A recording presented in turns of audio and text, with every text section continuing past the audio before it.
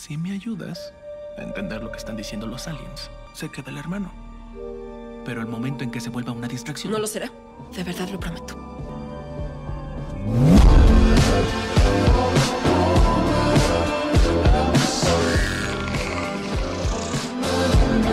La historia prosigue con Wendy despertando en medio del laboratorio. Sin embargo, casi de inmediato se percata de que no logra escuchar nada a su alrededor. Los científicos que la asisten confirman que padece una afección auditiva temporal, determinada así por Arthur como parte del tratamiento que decidió aplicarle. En ese instante, Kirsch interviene para contar que Wendy le había mencionado escuchar ruidos extraños cuando estuvo cerca del xenomorfo, fenómeno que también se repitió la noche anterior, justo cuando extrajo el embrión en el laboratorio de aislamiento. Sylvia, intrigada, pregunta si aquello tiene alguna relación con las criaturas. Kirsch aclara que en realidad se vincula únicamente con una de ellas. En ese momento irrumpe Cavalier acompañado de su nueva favorita, Curly. Kirsch intenta ponerlo al tanto de la situación de Wendy, pero Cavalier le recuerda con cierta arrogancia que siempre está un paso por delante. Ya conoce todos los detalles de lo ocurrido, por ello le ordena que continúe la investigación de las criaturas en el laboratorio. Con la misma determinación dispone que Sylvia siga el mismo rumbo. Ella, sin embargo, se niega a alejarse de Wendy, pues desea permanecer a su lado mientras se encuentre asustada. Ante su resistencia, Cavalier la reprende con frialdad, recordándole que no es su madre y que aún le debe el informe sobre el rendimiento de los híbridos. Una vez a solas, Cavalier se dispone a trabajar en paz, pero la tranquilidad dura poco. Joe hace su aparición. Cavalier se presenta formalmente y tras recordarle de manera indirecta que sigue siendo uno de sus empleados, pues trabaja en una subempresa dependiente de su propio imperio, le pregunta con ironía cómo lo está tratando su nuevo pulmón. Para añadir más cinismo, lo desafía a adivinar qué destino corrió su órgano original. Joe, sin embargo, ignora la provocación y concentra toda su atención en su hermana. Wendy, alzando la voz para hacerse oír, le explica que fue lastimada por algo dentro del laboratorio. Joe, al procesar esas palabras en un silencio abrumador, comprende que Cavalier guarda en su poder una muestra de los xenomorfos. Me lastimaba, no puedo oír. Ok. ¿Qué hay en el laboratorio? No me digan que trajeron a esos monstruos. Perdemos tiempo. Pon sus procesadores de audio en línea. Dicho esto, Cavalier reactiva la audición de Wendy y tras comprobar que no ha sufrido daños graves, Arthur le pide que relate con precisión lo sucedido. Wendy explica que aquella noche, mientras Sylvia dormía, ella despertó sobresaltada al escuchar un sonido semejante al de insectos frotando sus patas. Siguiendo aquel extraño ruido, llegó hasta el laboratorio, donde sorprendió a Kirsch experimentando con los huevos. Fue entonces cuando percibió con más intensidad unos gritos desgarradores. No provenían del huevo, sino directamente del embrión. Arthur le promete que averiguarán de inmediato qué era aquello que escuchó para detenerlo. Sin embargo, tanto Wendy como Cavalier se oponen de forma tajante. El genio explica que no deben interferir con el proceso de aprendizaje, pues Wendy ha demostrado la capacidad de escuchar lo que parece ser un lenguaje alienígena. Escucho una lengua alienígena y ¿quieres bloquearla? Si te está lastimando, hay que hacer que se detenga, ¿verdad? Creo que me eligieron a mí. Están hablándome. Quiero escucharlos. Entonces empecemos. Ella, lejos de temerlo, asegura que, de algún modo, siente haber sido elegida por esas criaturas y como acto de reciprocidad, manifiesta su deseo de seguir escuchándolas. Siguiendo las órdenes recibidas, Arthur inicia los experimentos, elevando gradualmente la frecuencia del sonido en los oídos de Wendy. Al alcanzar los 20.000 Hz, ella asegura escuchar algo, aunque de manera tenue. Sin embargo, cuando la frecuencia se incrementa aún más, el sonido se intensifica al mismo tiempo que comienza a provocarle un dolor agudo y difícil de soportar. Ante esto, Cavalier dirige su atención hacia Curly y le pregunta si ella también logra percibir aquel sonido. No obstante, la joven aclara sin titubear que no escucha absolutamente nada. Fue entonces cuando Cavalier concentra toda su atención en Wendy y le solicita que encuentre la forma de manipular la frecuencia para que los demás también puedan oírlo. Wendy duda, convencida de que aquello es imposible, pero Cavalier le recuerda que en el pasado ya había manipulado la tecnología de manera instintiva para comunicarse con su hermano. Siguiendo esa sugerencia, Wendy se deja guiar por sus recuerdos y experimenta con su propia garganta, hasta que consigue replicar el mismo sonido emitido por los alienígenas. El resultado estremece a todos los presentes, que no pueden evitar sentirse sobrecogidos y asombrados.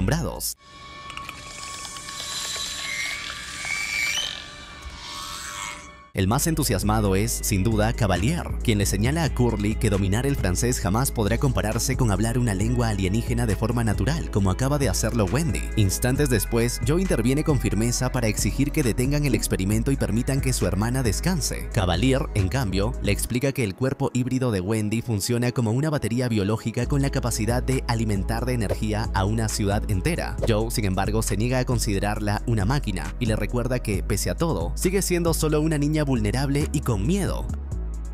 De inmediato, Wendy reprende a su hermano por intervenir, alegando que no necesita de su protección, pues es capaz de defenderse por sí misma. Incluso Arthur solicita un momento de respiro para ella, y gracias a su intervención, Cavalier cede y se retira por el momento. No es una máquina, es una niña y está asustada. Puedo hablar por mí misma. Necesita un respiro, señor. Ha sido una noche difícil. Claro.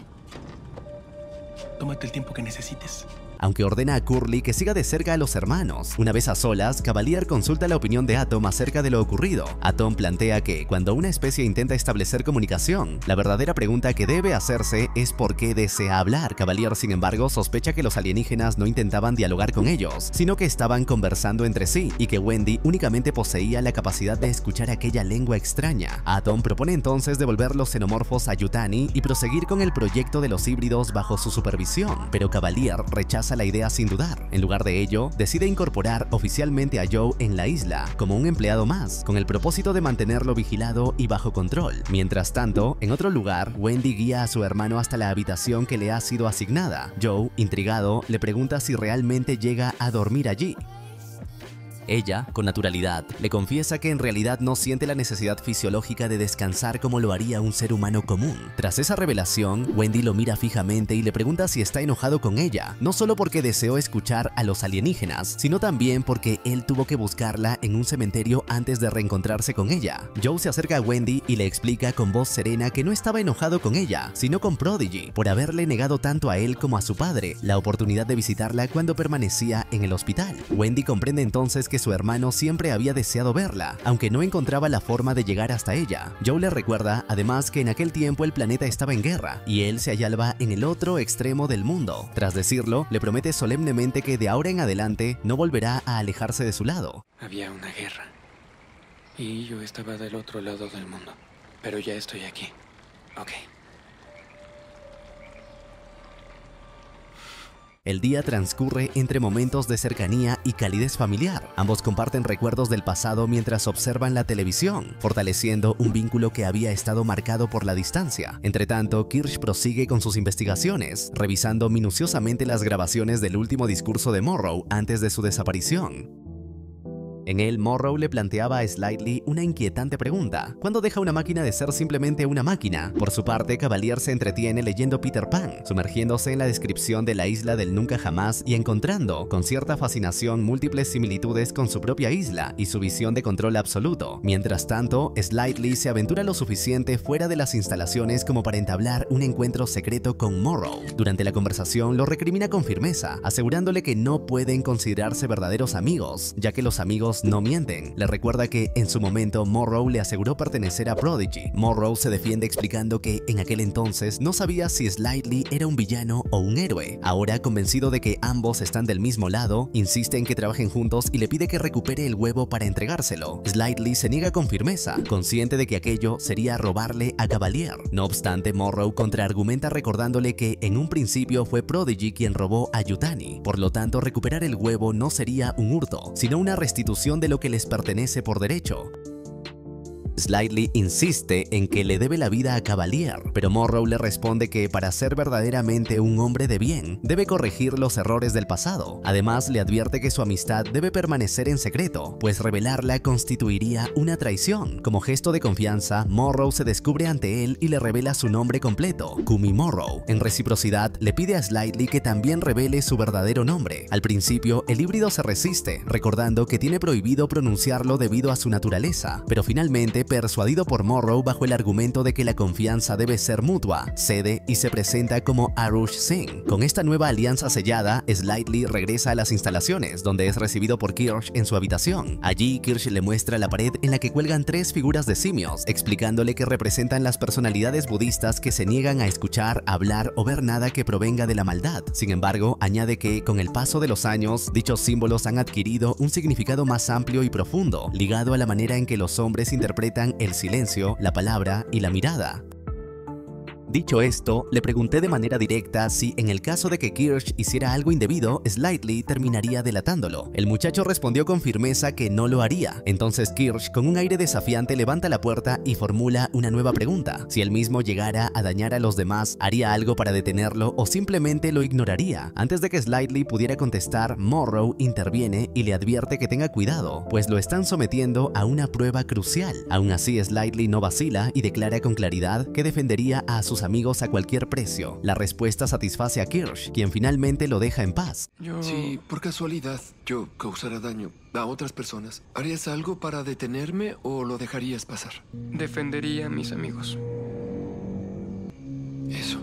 En paralelo, en el laboratorio se llevan a cabo nuevos y perturbadores experimentos utilizando una oveja como sujeto de pruebas. Dentro de una cámara aislada, liberan al llamado pulpo ojo. La criatura, al percibir la presencia del animal terrestre, se abalanza de manera frenética contra la oveja. Tras inmovilizarla violentamente, golpeándola contra las paredes, le arranca un ojo para ocupar su lugar en el cuerpo. Por un instante parece que el animal ha muerto, pero al cabo de unos segundos vuelve a incorporarse, esta vez erguido sobre 2 patas.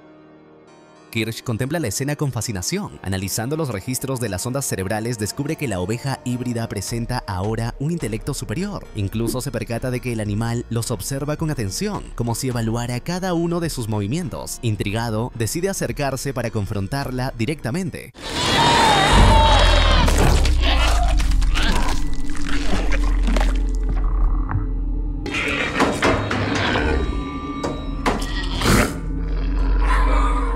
Al mismo tiempo, Atom intenta advertirle a Cavalier que si una de esas criaturas llegara a escapar, todos estarían en serios problemas. Sin embargo, Cavalier conserva la serenidad que lo caracteriza y deja en claro que cualquier eventualidad ya ha sido prevista con antelación. Acto seguido, se arriesga a entablar comunicación con la oveja y, para sorpresa de todos, el híbrido demuestra prestarle atención. Mientras tanto, Arthur conduce a Sylvia fuera del laboratorio, hasta un área protegida por la naturaleza donde puedan conversar sin ser observados. Allí le confiesa sus crecientes preocupaciones respecto al rumbo del trabajo que realizan. Considera inaceptable que se haya interrumpido el proyecto de los híbridos para centrarse en el análisis de seres alienígenas extremadamente peligrosos. Sylvia le recuerda que Prodigy dispone de los recursos y la tecnología necesarios para abordar ambas tareas de manera simultánea. Arthur, sin embargo, insiste en que los últimos registros demuestran que ni Wendy ni ninguno de los híbridos está completo al 100%. Más aún, advierte que las últimas órdenes de Cavalier parecen conducirlos inexorablemente hacia un escenario de conflictos armados. Sylvia, buscando calmarlo, sugiere que quizá todo se reduce a las dificultades habituales de la mecánica cuántica. Arthur, en cambio, responde con severidad que eso no es verdadera ciencia y añade que, si en efecto han cometido un error, el mejor de los escenarios sería haber creado simples inteligencias artificiales que se creen humanas, pero en el peor de los casos, admite con gravedad, habrán sacrificado en vano la vida de 6 niños durante el proceso. Dicho esto, ambos acuerdan reevaluar los riesgos y reforzar los protocolos, con el fin de anticipar cómo actuar en caso de que todo el proyecto llegara a fracasar. En ese preciso momento aparece Nips, quien, con una sonrisa radiante, anuncia que trae buenas noticias. Asegura estar embarazada. Arthur, sorprendido, le responde de inmediato que eso es imposible, pues ella no es más que una máquina. Estoy embarazada. ¿Qué? Voy a tener un bebé. No, eso es imposible. Eres una máquina. No soy una máquina. ¿Por qué dices eso? Sus palabras hieren a Nips, quien se muestra ofendida y dolida por el comentario.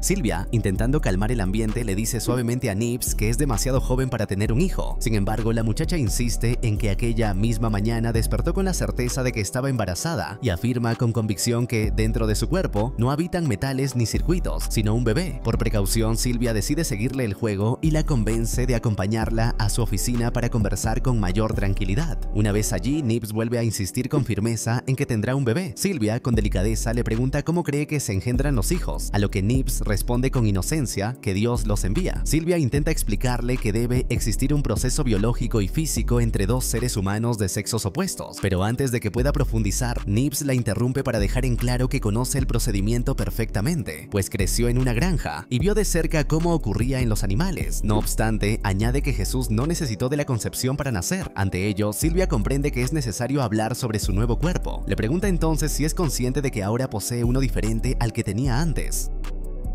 Nibbs responde que lo entiende y que incluso siente haber madurado. Silvia intenta explicarle que en su interior no solo hay huesos y músculos, sino algo mucho más complejo, pero Nibbs se niega a escucharlo y con un arranque violento lo deja rotundamente claro. Silvia, intimidada, decide mantener distancia mientras Nibbs continúa divagando acerca de su futura hija. En un intento de distraerla, Silvia le pregunta por lo ocurrido en las torres, pero apenas Nibbs recuerda a las criaturas alienígenas, se niega tajantemente a hablar del tema. Silvia, con cuidado, menciona que, según Curly, ella había sido muy valiente en aquella ocasión, pero Nibbs repite con firmeza que no quiere hablar de ello. Cuando Silvia insiste en recordarle que las criaturas permanecen encerradas en el laboratorio y que ya no pueden hacerle daño, Nibbs reacciona con violencia, lanzándose sobre ella. Aterrada, Silvia le pide perdón y buscando calmarla, le propone compartir una taza de té. Nibbs acepta la oferta y regresa a su sillón, sumida en sus pensamientos sobre la hija que cree llevar dentro. Dije que no quiero hablar de eso.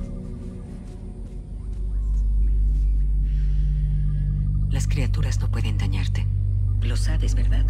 Están encerradas. ¡Que no quiero hablar de eso!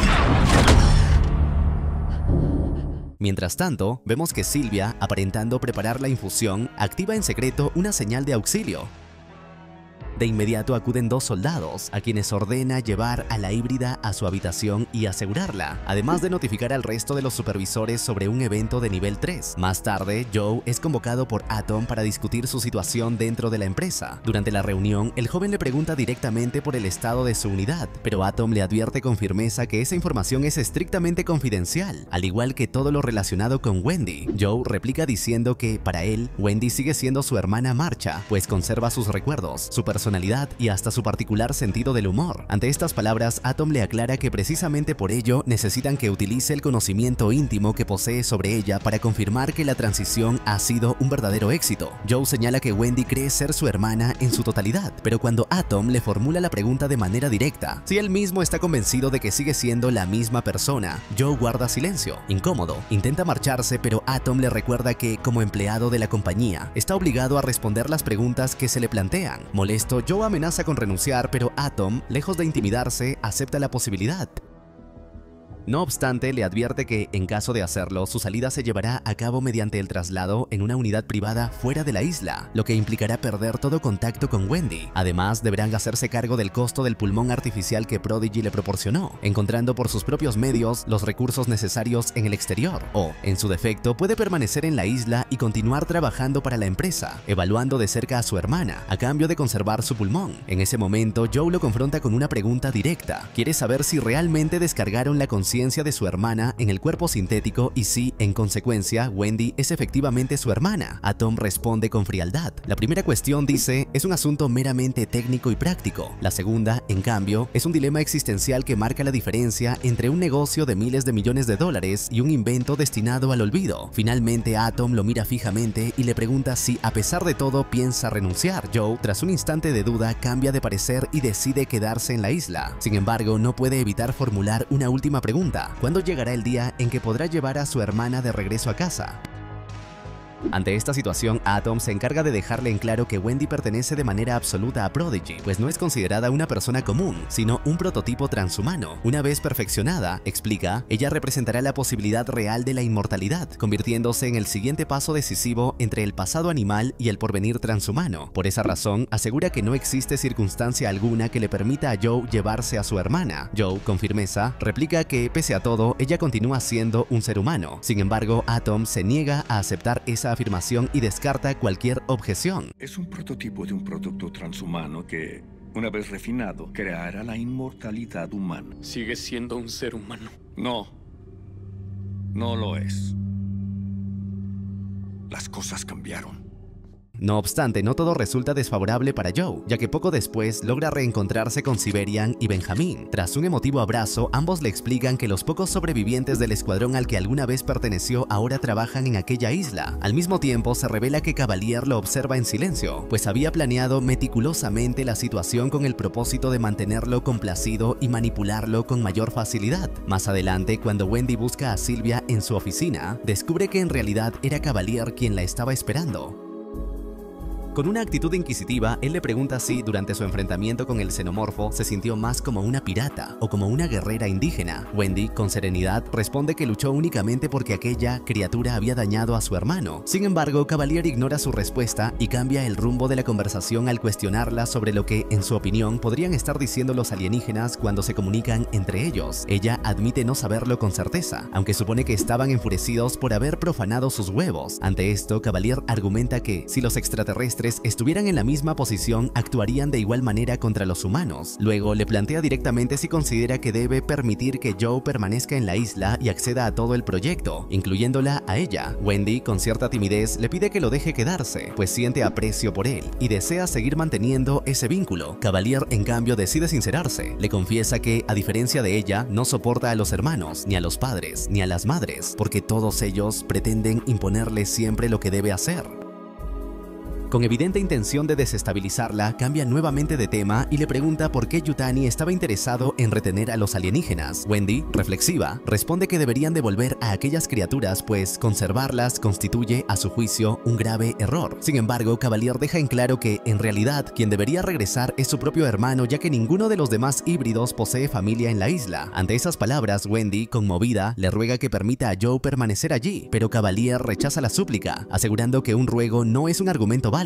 Además, le recuerda con frialdad que Joe ni siquiera fue a visitarla cuando estuvo enferma. Wendy intenta defenderlo, explicando que no pudo hacerlo porque se encontraba trabajando al otro lado del mundo. No obstante, Cavalier desestima la excusa y sentencia que si él hubiese sido su hermano, habría hecho lo imposible por estar a su lado en aquel momento. Sin embargo, tras decir todo aquello, Cavalier le propone un trato. A cambio de que Wendy colabore en descifrar el lenguaje de los alienígenas, permitirá que su hermano permanezca en la isla. No obstante, le advierte con frialdad que si en algún momento Joe se convirtiera en una distracción, no dudará en enviarlo lejos.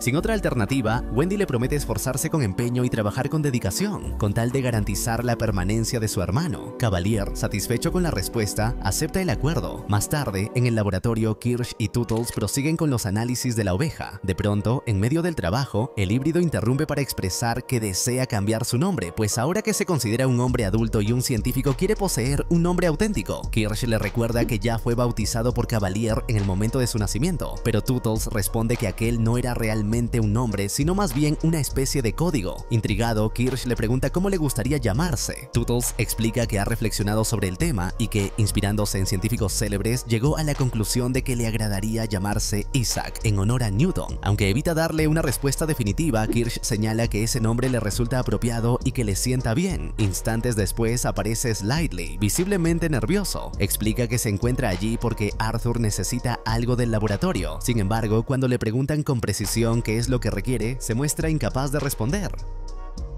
Aún así, logra salir del apuro porque Tootles, con entusiasmo, lo invita a unirse a su juego durante el descanso. Slightly, no obstante, rechaza la propuesta, argumentando que prefiere dar un paseo para despejar la mente. Nosotros vamos a ir a jugar algo, ¿ven? Creo que mejor voy a dar un paseo. Despejar mi mente. ¿Seguro? Sí, solo estoy... Nos vemos más tarde. Bye. Al regresar al laboratorio, Kirsch continúa utilizando los dispositivos que implantó en Slightly, los cuales le permiten monitorear sus movimientos y escuchar sus conversaciones a distancia. Así logra seguir la charla que el joven mantiene con Morrow en un lugar apartado. Desde lo alto de una colina, Slightly le confiesa a Morrow que no existe manera de ingresar al laboratorio para sacar los huevos. Le advierte que si él no puede o no quiere hacerlo, es porque sencillamente no está dispuesto a traicionar a sus amigos. Es entonces cuando Morrow le revela algo perturbador. Ha logrado contactar a su madre y asegura que muy pronto llegarán sus hermanos, a quienes anhela conocer con desesperación. Al escuchar esto, Slightly comprende que su familia se encuentra en inminente peligro. Angustiado, le pide piedad y le recuerda que, en teoría, son amigos. Atrapado sin opciones, accede a colaborar en el robo de los huevos, aunque insiste en que desconoce por completo el modo de llevarlo a cabo.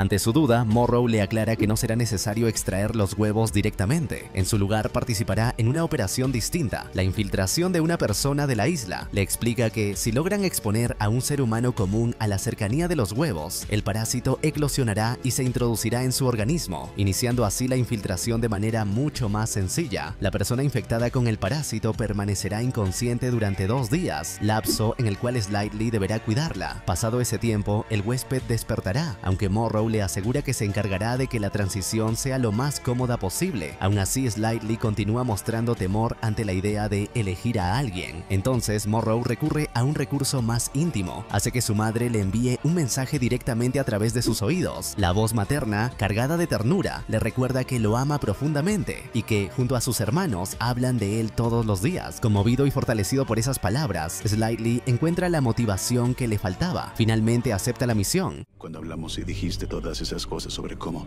harías lo que fuera para proteger a tus padres, llegó la hora. ¿Quedó claro? Sí. Quedó claro. Ok. Comprometiéndose a cumplirla en el plazo de 24 horas y dispuesto a arriesgarlo todo con tal de proteger a su familia.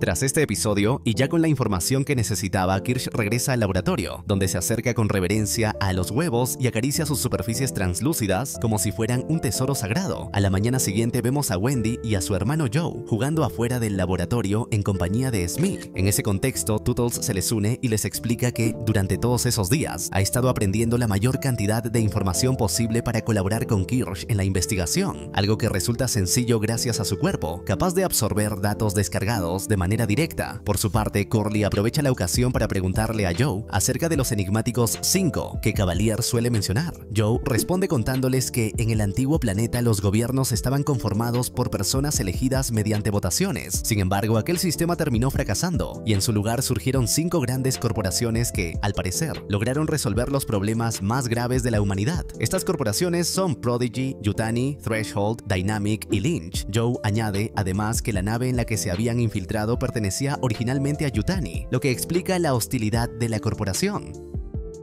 De hecho, estaban tan enfurecidos que solicitaron la intervención del resto de las compañías para recuperar lo que consideraban suyo. En ese preciso instante aparece Slightly. Al ver a Joe allí, su semblante refleja indignación. Con amargura le recuerda que él también tiene hermanos y una madre, pero a diferencia de Joe, ellos no se encuentran en la isla. Wendy, sorprendida por su reacción, le ordena que se calme, pero Slightly se niega a obedecerla, alegando que no la reconoce como su jefa. Joe interviene entonces para señalar que todas las familias deberían estar reunidas en la isla. Según él, en lugar de haber celebrado funerales, deberían haber vivido auténticas fiestas de reencuentro. Smee asiente con entusiasmo y propone exigir que se les permita ver a sus familias. Sin embargo, tanto Tootles como Curly manifiestan su temor. Saben que oponerse a Cavalier podría traer represalias y confiesan que, en cierto modo, les agrada la vida en la isla. Mientras la discusión continúa, Wendy decide marcharse hacia el laboratorio. No obstante, el gesto sombrío de Slightly deja entrever que ya ha tomado una decisión. Todo indica que ha escogido a Joe como el humano de sacrificio. Esa sospecha se confirma cuando, llegada la noche, lo vemos espiándolo en silencio desde el exterior de su habitación, acechando como quien espera el momento oportuno para actuar. Al mismo Wendy se entretiene comunicándose con el embrión que vive dentro del pulmón de su hermano, todo mientras Kirsch la observa a ella y es testigo así de cómo el pulmón parece responderle. En un momento el embrión rompe por completo el tejido y se libera de su cápsula como un pequeño xenomorfo sin extremidades.